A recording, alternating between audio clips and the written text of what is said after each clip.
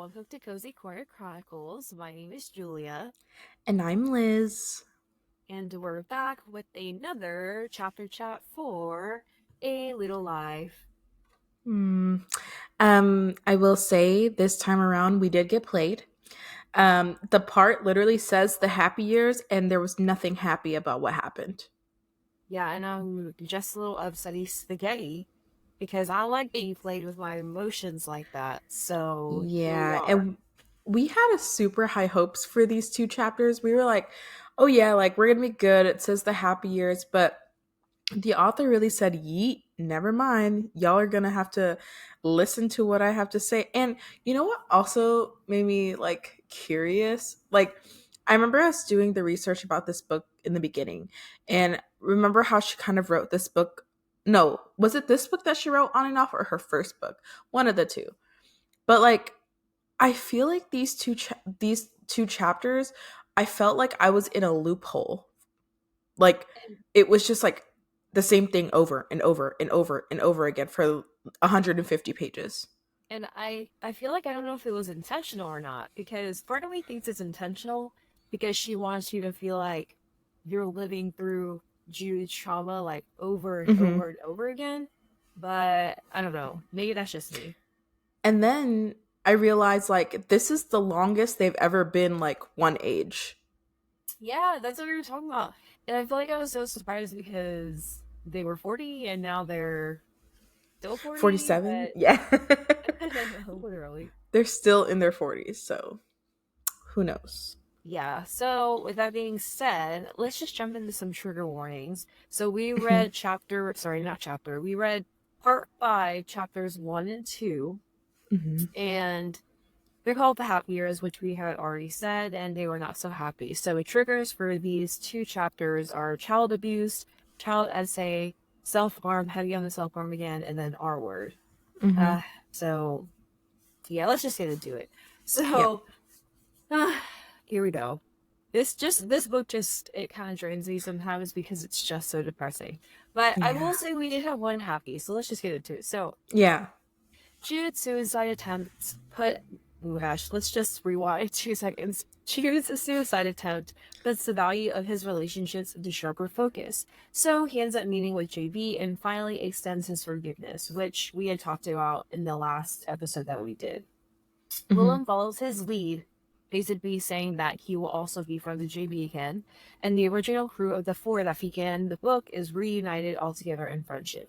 Yay, that's a happy. And So I also laugh because I remember the last episode we were like, we know nothing about Willem, and now it's like all about Willem. I know, and I love Willem. I can't lie. So Me I'm too. glad to know him.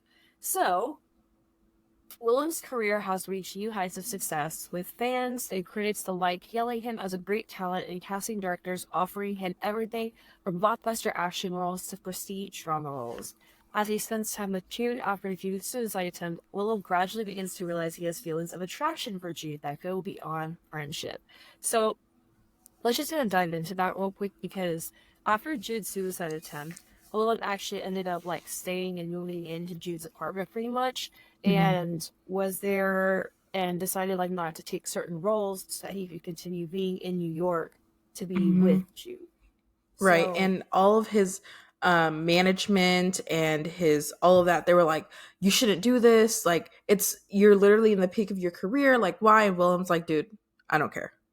right, and Willem's also like, and his managers were like, well, that's not even your lover, that's not just a friend. Hmm. So, anyways, with that being said, we had kind of called that. Like this whole time, we were like, it just feels like more than friendship. Yep. So, are we fortune tellers? I don't know. Come read your tarot with us and we'll let you know. Um, Yeah. but, but Willem, of course, is hesitant because, everyone knows what Jude has gone through. Like, not full heartedly what Jude has gone through because Jude hasn't really said anything, but he's hesitant because he doesn't want to ruin, like, what they have. Hmm. So, he asks Andy for advice. And Andy thinks the idea of a romantic relationship sounds wonderful for both Jude and Willem, but he advises Willem not to start anything if he is not prepared to deal with Jude's substantial anxiety around sex. But also, he advises Willem like not to do it if he can't handle kind of Jude's healing and Jude's Right. trauma, And just and the he has to be commitment overall. right, and he has to be prepared to be all in when it comes to Jude. Mm-hmm. So Willem takes this point under advisement, but ultimately decides that he does want to proceed. So of course, there's our happy is that Willem and Jude will become a couple. Yep. So Jude and Willem transition their friendship to a romance, but agree not to tell anyone until they grow used to the idea. Jude feels unbelievably lucky that Willem wants this kind of relationship with him, but as Andy warned Willem, he is completely unable to engage in anything sexual, which, I mean, given his circumstances, I am not surprised at all. Mm-hmm. He even struggles with just taking off his shirt at night in front of Willem, only doing so when the lights are off. One morning, while reading the New York Times over coffee, Jude sees an obituary for who? Caleb! So, Caleb died at the age of 52 of pancreatic cancer. The news affects Jude all day. He's distracted and skittish at work, and when he gets home, he finally confesses the full story of his relationship with Caleb to Willem. Because Willem was like, dude, you're being weird. Like, what the Yep. heck? And I'm not saying that I wish death upon anybody, not even fictional characters, but that was someone that I would have been okay with going. And the way he went out was kind of sad, obviously. But round of applause, he's gone. Yeah, and I would also just like to say, and Andy noticed it too, and he made the point to be like, pancreatic cancer, that's a painful way to go. Yeah, So, and Harold too, I think. yeah, Harold did too, so I was like, Mm-hmm. eeker. So, because before, let's just get back to the point where she finally confesses that story. Because remember, at this point, Willem thinks it's a car accident. Only like Harold Mm-hmm. and Andy really know what's going on. So, of course, Yep. Willem's like upset and pissed.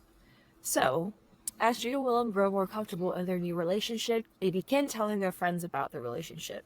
Willem's agent and manager worry that coming out as a gay actor will harm his career, pigeonholing him into only gay roles. So when the news eventually breaks an entertainment news outlet, Willem feels vaguely annoyed at all the attention, in part because he's already a private person, and in part because he doesn't really consider himself gay. He feels Mm-hmm. attracted to Jude, not necessarily to men in general. But this part was kind of confusing because even Jude was like, Willem's had sex with men before. Like, Willem's Mm-hmm. had sex with women and men. So, I mean, I think we kind of talked about it. Like, I feel like Willem is more pansexual. Like, if he finds you attractive and he likes you. Right, because there was even a little glimpse into Willem and JB having a little fling for one. Like, Right, like not that they making dated, out. but mm-hmm. Yeah. And I remember that was a whole thing because Jude is like, why don't you love me the way you love Jude? And it's like, Yep. okay. Yeah, But this is a little awkward. I know, like, dude, I just don't like you. But meanwhile, Willem finds that even with Andy's warning, he underestimated how hard it would be to cultivate a relationship with someone so closed off, both physically and emotionally. He often tries to gently push at Jude's boundaries, including a gradual increase of physical intimacy. He tells himself this will be good for Jude, but he also fears that, as he is not a therapist, he might be mistaking and we're only worsening Jude's anxieties, which Mm-hmm. is fair. Mm-hmm. So, So that takes us straight into chapter 2. And basically, Jude becomes very overwhelmed, very anxious about his sexual relationship with Willem. I mean, he just doesn't want to have sex with him, and he doesn't have that desire. And Willem in this, like, honestly was so patient and so kind about it. And like, obviously he knows that Jude has gone through something very traumatic. It's just like he doesn't know what. So he doesn't, at this point in the story, he didn't understand why like Jude didn't want to have sex, or how Jude felt about it in that moment. So he Jude feels like in order to keep Willem, he has to do all things that come with a relationship, which includes having sex. And he feels like he fails Willem if he doesn't agree with having sex with him. And obviously, he hates it, but he hopes that eventually his anxiety around sex will disappear and he will be more consumed with the fact that he's in a very good and loving relationship with Willem versus just having sex or getting R-worded by somebody he's supposed to be cared for and loved by. So eventually Willem gets to the point where he's like, "Hey, oh, they end up obviously having sex or whatever, and they have it quite often because it was like Willem goes away, Willem comes back, he already knows, like Jude already knows they're going to have sex, and it kind of builds up Jude's anxiety. He starts self harming himself more and all this stuff. So then eventually Willem goes, "Do you even like having sex? Would you like having sex with me?" And Jude's like, "Yeah, of course I do." And this part made me sad because I feel like he feels he has to conform to this idea of what a relationship is supposed to look like. To me, honestly, I don't think Willem would have left him either way if they did or didn't have sex. Right, and I think it's also complicated too because at one point you almost maybe kind of question, is Willem going to stay? Because Willem's like, dang, if we don't have sex, though, like, it's not like he's saying he's gonna leave. It's just that Right. It just in Willem's complicates eyes, things. sex, right, like sex is an important portion. Hmm. So, complicating the relationship even further, Willem begins really, really pushing Jude to stop cutting himself. Obviously, at first, he tries removing Jude's razors, and even at night, like he would hold him tighter and just like get up with him to stop him from cutting at night. And then finally, there was one night where Willem got so frustrated because he knew Jude had started self harming himself even more with the razors, and he was like, why are you doing this, why are you doing this? And Jude just never really had an answer. And Willem kind of like put two and two together at one point and was like, okay, I realized like this started happening more once we had sex, so obviously something traumatic is really happening, and I'm kind of like the root of that. So there was one night that Jude had woken up to go to the bathroom and to cut himself, and Willem is just standing there in the doorway watching him. And Jude doesn't realize this at first, so he's like doing it and all this stuff. And then he looks up and he's like, "Oh my god, like Willem, I'm so sorry. I'm so sorry. Like, please, all this stuff." Willem goes straight to Jude. And honestly, I got really, really scared because I was like, "Oh my god, is he about to hit him?" Like, like it Right, made me like really nervous. I was very traumatized. And so Willem ends up grabbing the razor from him and starts just gashing himself on his right, chest. And he wanted basically Jude to see how much it hurts to see someone you love hurt themselves. And Jude was like, "Oh my god, like stop, Willem, stop." He was like, "No, this is what you want to see." And he was like screaming and like it hurt him and all this stuff. And then finally when he was done, he was like, Jude was like, "Willem, we have to patch you up." He was like, "No, I'm not going to do this back and forth with you, hurting myself and then getting patched up by you. Like, that's not what I'm here for." right. And honestly, like, not an effective way to necessarily communicate Right. that, but in a sense, like the fact that Willem have to go to that extent of like harming himself for Jude to Hmm. really get it in his head, like, dude, this isn't okay. But Yeah. it's just so sad because the cutting for Jude, I feel like it's like it really is a learned behavior because Brother Hmm. Luke literally taught him that. And Hmm. so for Jude, it really is learned, and that's what breaks my heart is Hmm. because Jude at one point I remember him saying like you just get used to the pain. Well, I was like, how do you do that? It hurts, and he's like, Right. oh, you just get used to it. Right. And I remember at one point he was like, "It's just the feeling of being able to empty myself." Right, And like, I get that, for him it has to be like something physical that he sees. And I just don't think that Willem understood that at that moment. Like, yes, Jude was hurting himself, but Jude has a more mental purpose to it than a physical, like the mental and the physical are tied together. right, Whereas for Willem, he only sees it as a, "Oh my God, why are you hurting yourself? That's terrible in the first place." And then, it just doesn't make sense to him, essentially. right. And I mean, for someone like Willem, I don't know if it'll ever really make sense, right? Because he just doesn't know the kind of release it is for Jude because it's not the same when Willem, Exactly that. cuts his chest to make a point. Exactly. So obviously, Jude really, really hates disappointing Willem and told him that he would promise to stop cutting himself if he could. So, in an effort to make Willem happy, he tries to just distract himself with other things in the middle of the night. I remember he would go to the pool to swim, he would bake, play the piano, like anything to stop himself from cutting himself. So, Willem ends up leaving for a film, and it goes on for a month. And Jude practically finds himself like drooling over wanting to cut himself. He was super, super, super tied to not letting Willem down, and so he comes up with a plan.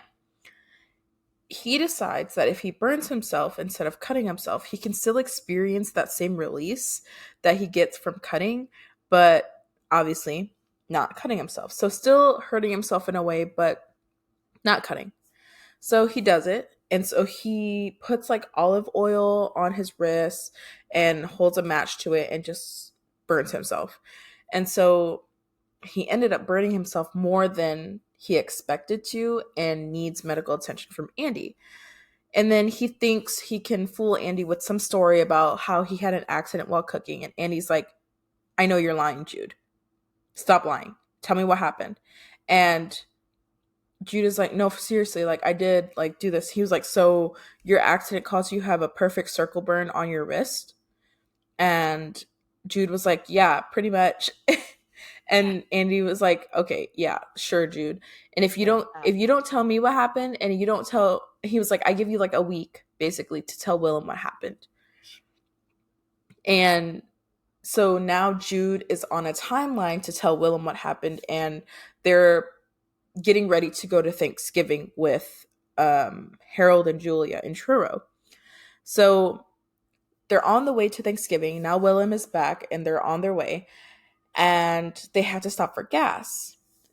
And Andy ends up calling Jude's phone, but Jude is not in the car. Jude actually went inside the convenience store. And before Willem says anything, he picks up Andy's phone call, and Andy's like, Jude, you better have already told Willem before I tell him, and X, Y, and Z. And Willem is like, hello? And Andy was like, oh, fuck. It's not Jude, is it? And Willem was like, what are you Right. talking about? Like, what's going on? And And so, I want oh, to make a quick comment real quick that like Willem wasn't being this weird obsessive looking at phone. He only mm-hmm, picked up the phone because he saw it was Andy, and so he was like, mm-hmm. "Oh, okay, it's Andy. Let me just pick it up for you." So I just want to Yep, make that note that Willem wasn't being yes. like was a Yeah, crazy he ass wasn't person. being creepy or obsessive or weird or anything like that. So Jude finally comes back to the car, and Willem's like, what did you do? And Jude is like, what? Like, what's going on? Like, I just came back to the car. And Willem's like, how did you really get that burn on your wrist? And so eventually Jude does tell him the truth. And they try to act normal, like going to Harold and Julia's, but it's just like impossible. Willem is so upset. And Jude, in a sense, is like cowering away from Willem. Like, he's so scared because Willem is upset. And obviously, he would do anything to not make Willem upset because he doesn't want him to leave.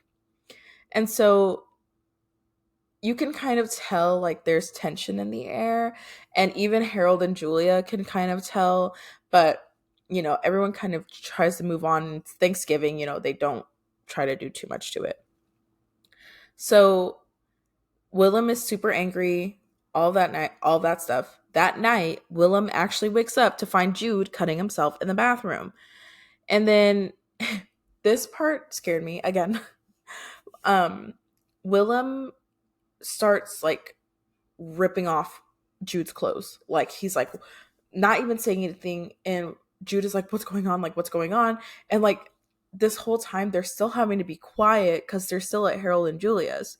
So he's like, what are you doing? Like, all this stuff. And then he ends up finding that Jude is cutting himself on his legs.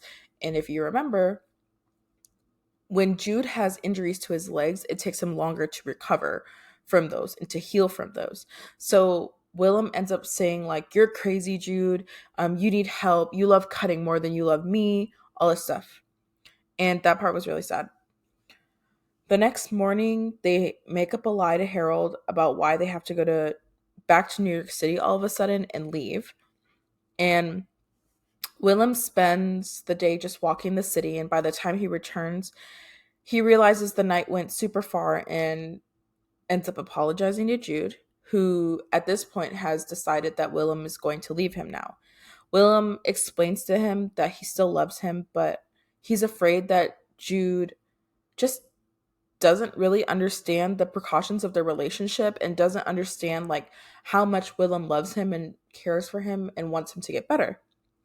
So he kind of gives him an ultimatum and says like Jude has to go see a therapist twice a week or has to commit himself into a psychiatric institution. And if he doesn't do this, then Willem will leave. So Jude at this point is really desperate to show Willem that he can be in this relationship with Willem the way he wants him to. And so Jude finally starts telling him stories of his past.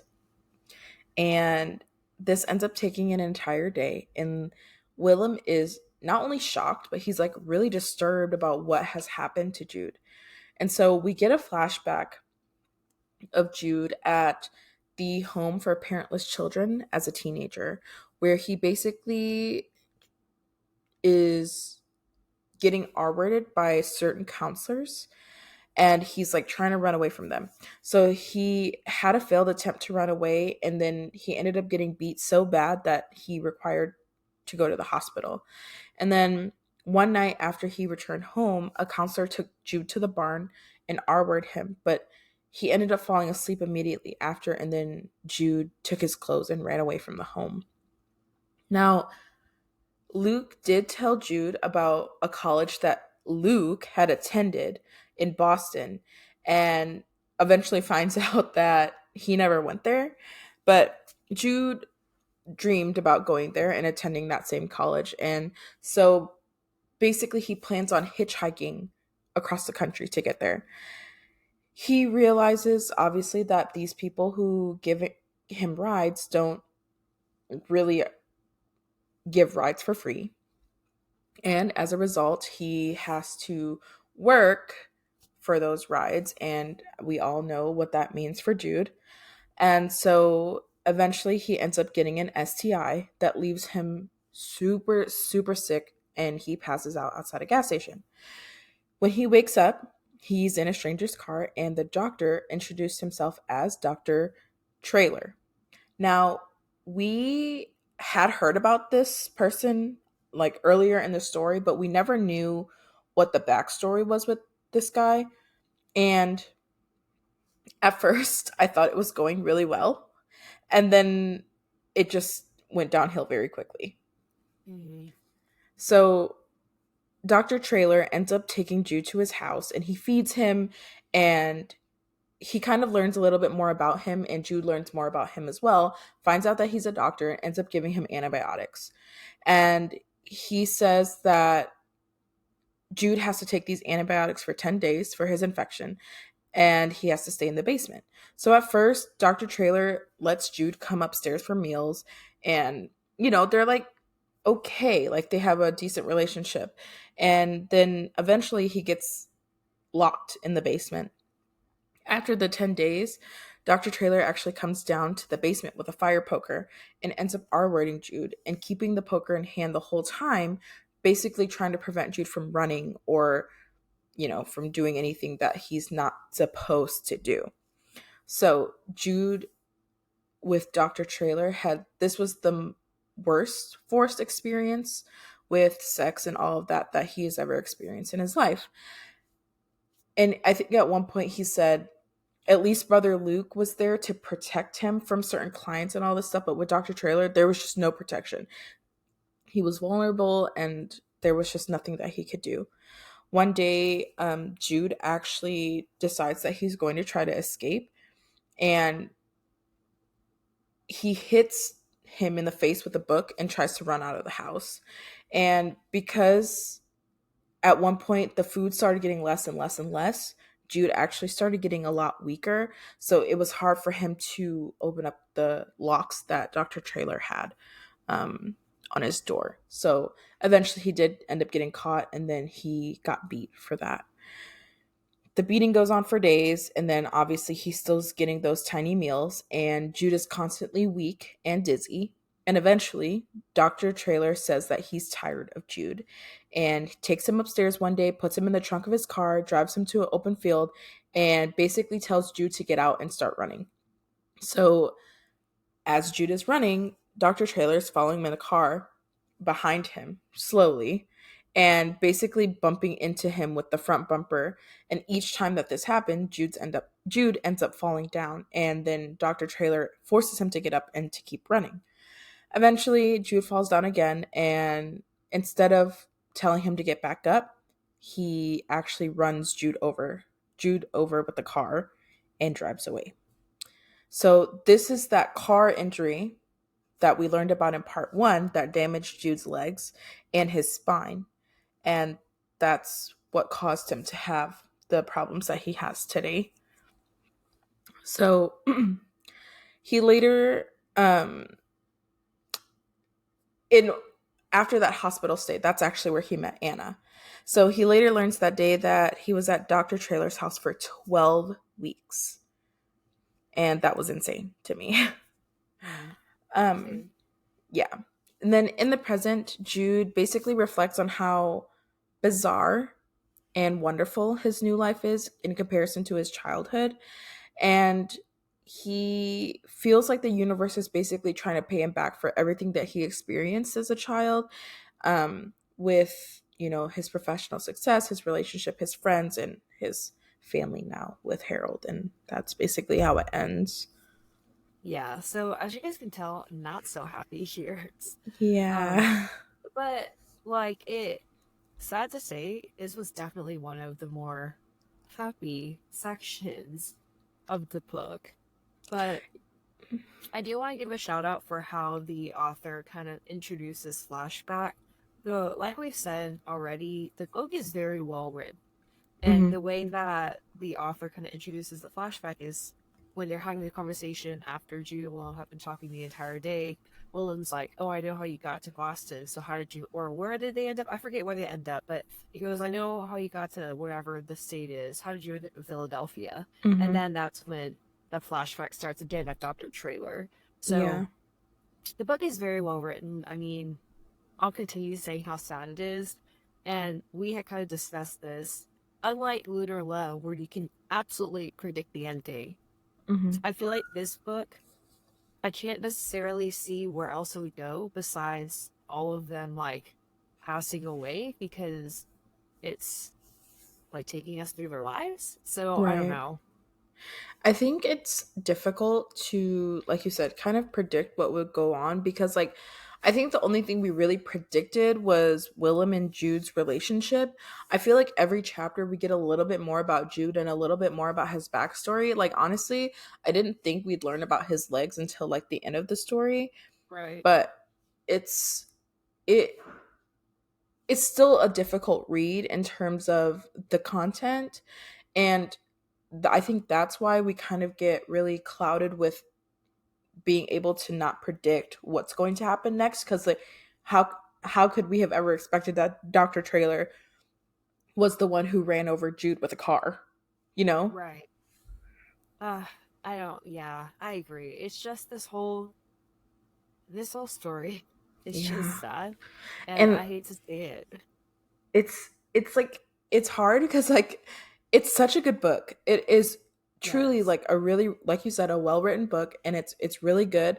It's one of those books where you feel guilty for reading it, because you're you Yes. shouldn't want more, but you do, because you just want to know Yes. who Jude is, and you just want to know who Willem is, and you just want to know why, and it's, yeah, I don't I know. know. Yes, I feel like you started it perfectly, because it does feel like that. You feel guilty for wanting to keep reading and wanting more information, but it's you also just, because TikTok has blown it up so much, you also are I also just want to get to the part where everyone's crying, Right. and I want to know what is so heartbreaking, because this book is already heartbreaking.